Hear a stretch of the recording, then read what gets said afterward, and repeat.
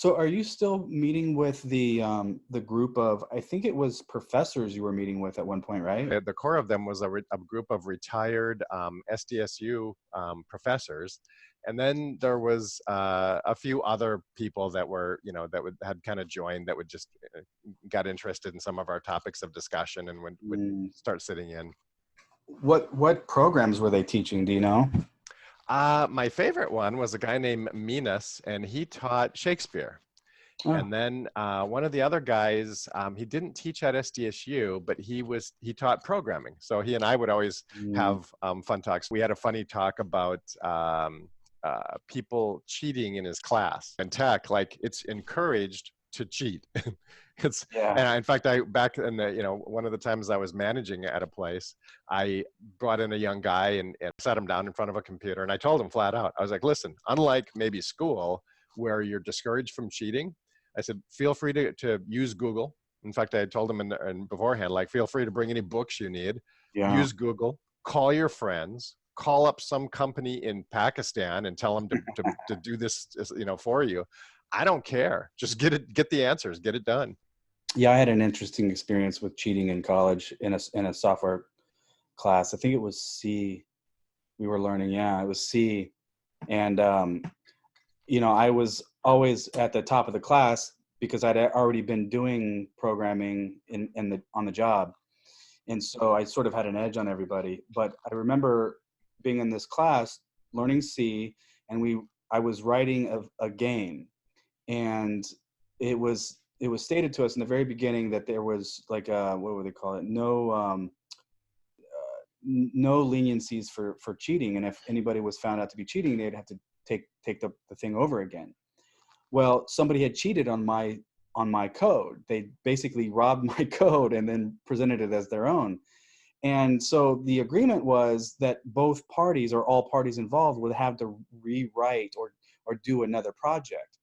And the only person that had to do that was me. I wasn't guilty of the cheating. It was kind of funny because this guy, that I was talking to was a professor, and he had somebody that like Googled the answer or something like that. And he was all mad about it, and there were some details. It was a few years ago, I can't remember. Anyway, I was kind of laughing at him. I was like, have you ever worked as a programmer? Like, we encourage cheating. And laughing at the same time. Yeah, exactly. And it's true. I mean, why would you sit and try to figure something out if you can Google it and find someone else who's like sat and thought it through for hours or days. Yeah. Yeah, I mean, that's a great point, because in the end, it's sort of like an arrogance to think that you're going to reinvent the wheel over and over again. I mean, think about it. Do you think that these people who are writing the software for autonomous vehicles are rewriting it over and over again? Those guys are sharing all that stuff. Why wouldn't you? Hopefully, yeah. Yeah, and I would want them to be sharing it. I Yeah, mean, every once in a while, you hear about an accident with one of those things. I don't think there's nearly as many as there are with people, yeah, but I'd like to think they are sharing that code and exactly. learning from each other. Exactly. I mean, they have to bake in so much ethical behavior the software has to consider, and if they're not sharing that, and they're all doing this one, like, how do I avoid this catastrophe over this catastrophe? If they're not sharing notes, Hmm. there's all kinds of variations of avoidance there. Yeah. And you never know quite what they'll do.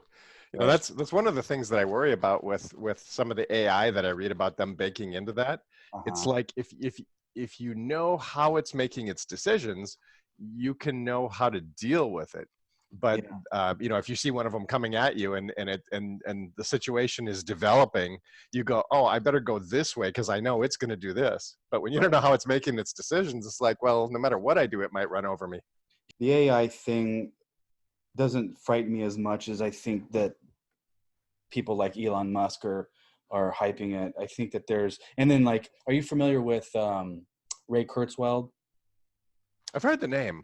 Yeah, Futurist, right? yeah, Associated with Google. yeah, yeah, he's the VP of software engineering at Google. I think that's his title. I could be wrong about that, but he's also the person who invented the flatbed scanner. He's also done other inventions, but he's become more popular through his predictions of Mm. future I tech. think I have seen some of his stuff. I'm horrible with names sometimes. Yeah, and so those two guys, they're throwing up the alarm bells that, Singularity and AI is coming, Oh, I have and to say that I agree with him. I just, for me, if I live another 20 years, I'd be luckier than hell. By the time that really gets bad, I'll probably be dead. yeah. So, the people who should be worried about it are the people that are in their 20s and 30s. But I have to say that if someone approached me, it's not my skill set at all. But if someone approached me and said, "Would you be interested in working on something like that?" I'd be like, "No, I'm not even interested in learning how." Because I do, I maybe unlike you, this might be where we have one of those different opinion. But I sit and watch these things where the militaries wants to use more and more AI, and they want to have either aircraft or tanks or mini robotics that are that are capable of making their own decisions. And I'm like, have you guys not watched any of the Terminators? Like, what the hell?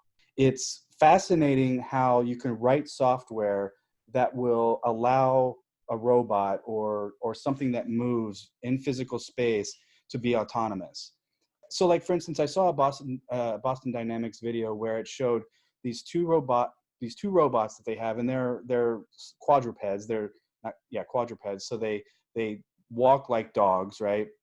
And so one of them came to a door, and it doesn't have any kind of armature to open the door, but the other one did. And so you saw this one look up at the door, back away from the door, and then look down this cubicle aisle where another one came around the corner and opened the door for it. And then they both walked through.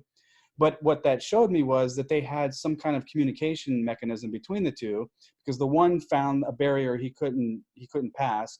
He called out to another one. That one came and helped him, and then they went through the door.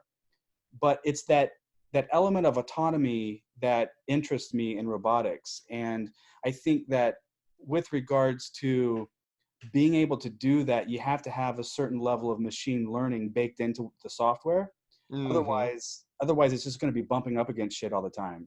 Yeah, yeah. Well, it's like, you've been working on the little autonomous car that you're working on. And Yeah, really all that's doing is sensing for a clear path and right. then taking it.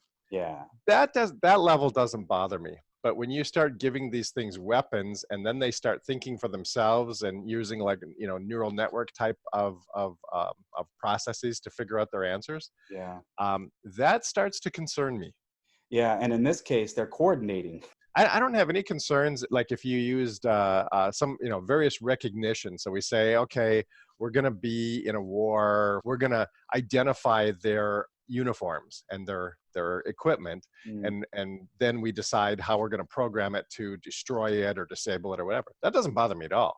yeah, It's when you start letting the thing make its own decision. It's like, wait a minute, how do we know that it's not going to decide to turn back on us? That actually we're worse than the other guys, and it's now going to turn on us. yeah. And During its analysis, when it's evaluating all possible plays, to what extent does it have to reach before it says, hey, the side that I'm on, maybe they're the ones that are wrong.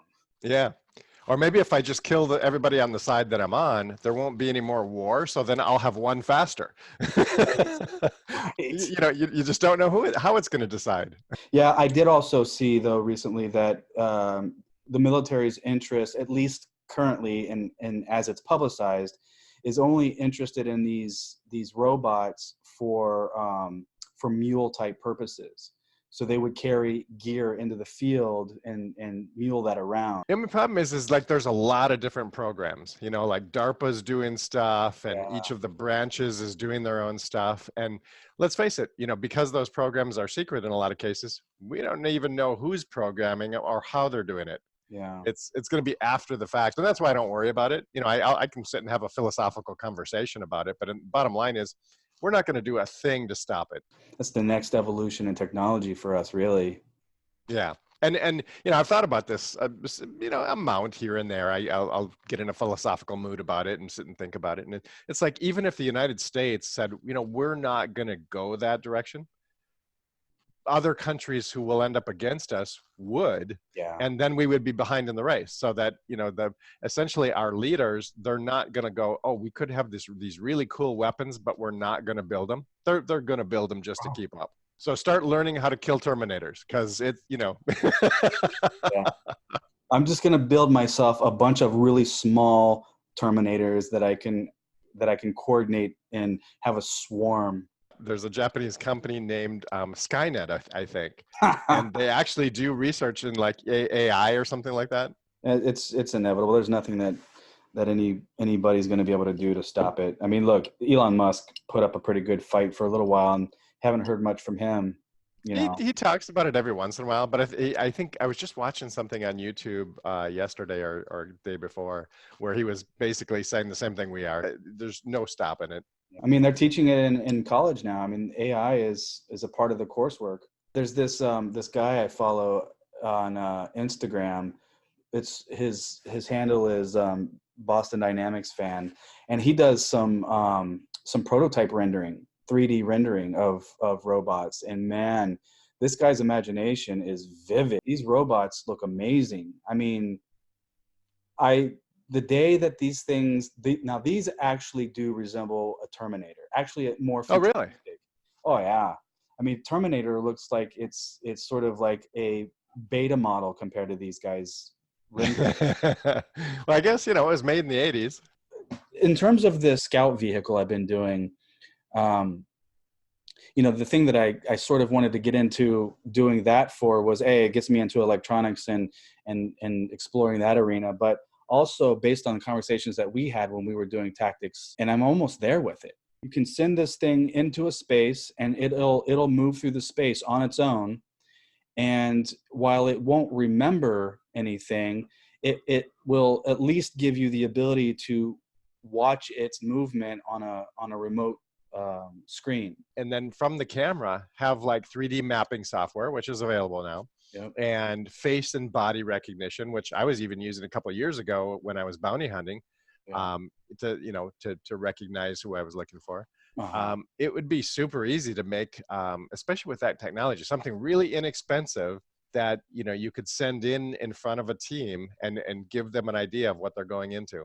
We had the little remote control car that didn't have its own sensors and stuff, and we basically had the team off in a room where everybody had a defensive position, and they're guarding the car driver, and the car driver is driving around, sending film back and he's looking for the bad guy, the op4 guy.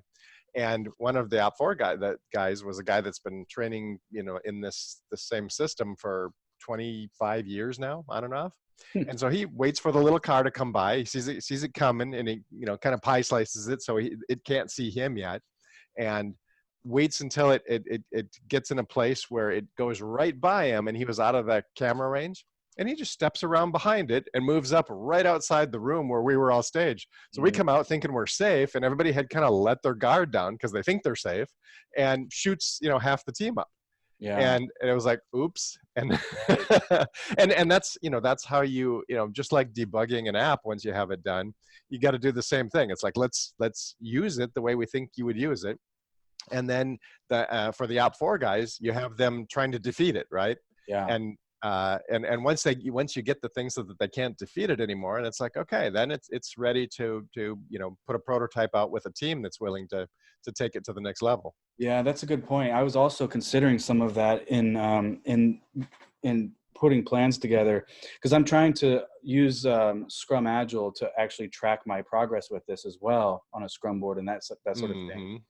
And one of the ideas I came up with is having multiple scout vehicles that you would set off in a space autonomously, and they would coordinate amongst themselves based on changes in the environment. So if one of them senses a body in a space, but then that body moves to another space where another scout happens to be, then they can coordinate that change together and then report that back to whoever's sitting behind the panel, so to speak. Right.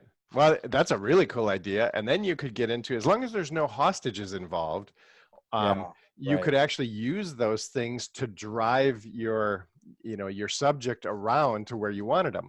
Right. Because what's going to happen when somebody encounters it, they're either going to try to destroy it, or they're going to try to move away from it. Yeah. So if they destroy it, okay, well, that just told gave you some good intel. But if they move away from it, now you start, you know, you could actually have programming built right in to drive them to a certain part of the building that's really advantageous for the, you know, for the team to be in. And I'm just doing it at a rudimentary level. It's just basically obstacle avoidance right now. But Right. with lidar and mapping software, it would be so easy, because we talked about in the past somehow having access to blueprints of buildings. Like, say for instance, you're a team and you're going into a hostage situation, or anything else of that nature, and you've never been in the building before, right? It escalates the risk factor exponentially because Hmm. you don't know the space. But if you could get a hold of blueprints or floor maps or whatever, it would be better. But even if you didn't have that, having these scout vehicles that could then go in and effectively generate real-time maps for you, then send them Yeah. back to you. One of the biggest reasons why I got into the whole tactics thing is A, my martial arts experience, but B, not so much because I thought I was going to end up on a SWAT team or something, but because it's really good stuff to know for home invasion Hmm. Yeah, defense. definitely. And so, like, for me, I live two-story, you live in a two-story place. And if I know that I have a scout vehicle on the first floor of my place and I hear something crash in the middle of the night, I don't have to go put myself in danger and be down there. I can just remotely turn on my scout vehicle, have it basically scout the space for me, and then identify Yeah. where the threat is, and then I could be ready right then and there. We could build it into your vacuum cleaner. You Which, know, by the way, you know, I have, my daughter gave us a iRobot. yep. Do you know that those things don't vaporize the garbage? I Really? have one I, too. our daughter gave it to us, and for the longest time we were barely using it, and I saw it running around the you know, I turned it on. We have a rabbit, and so it kind of chases the rabbit around, and it's actually like late at night when I'm kind of vegging, trying to relax. It's Uh-huh. fun to watch it move around. It's Yeah. like the guy in, what was that, The Fifth Element or something? Like he drops the glass and all the little robots come out Oh, and clean right. it. Yeah. But I'll turn it on just because it's fun to watch run around the house. And I was Yeah. sitting there watching it, and it was seemed like it was like pushing more garbage around because we have a wood floor on the ground floor, and it seemed like it was just pushing it around. And I'm like, I'm looking at it, I'm like, I wonder where the garbage goes. Yeah. It's got to vaporize it. Like, what else could it do with it? And I'm sitting there watching it, and it's just pushing it. It's not getting rid of it in any way, and it's just. And finally, I was like, let me go check this out. Turns out there's a little tiny bin in that sucker, and it was just packed full. Yeah. Yeah. Yeah. You expect that thing to be eating it up and go take a shit somewhere or something. I figured that's how it got its power, vaporizing the garbage, and you know, it powers itself off of burning the garbage. I don't know. Yeah, we have one of those iRobots too. Ours isn't the iRobot though, it's Bob. His name is Bob, literally. Well, but that's the funny thing that I was making a joke, but sort of true. Like the, you know, the one you're talking about, like having one on the ground floor for home defense so that you can just see what's going on without having to go deal with it. Yeah. That would be the ultimate dual use, is to have it be your iRobot, Right. you know, and then you know, it's capable of firing up and driving around and seeing like who's in the house. You know, we'd film a bunch of things like how to take down a certain shape of doors or whatever.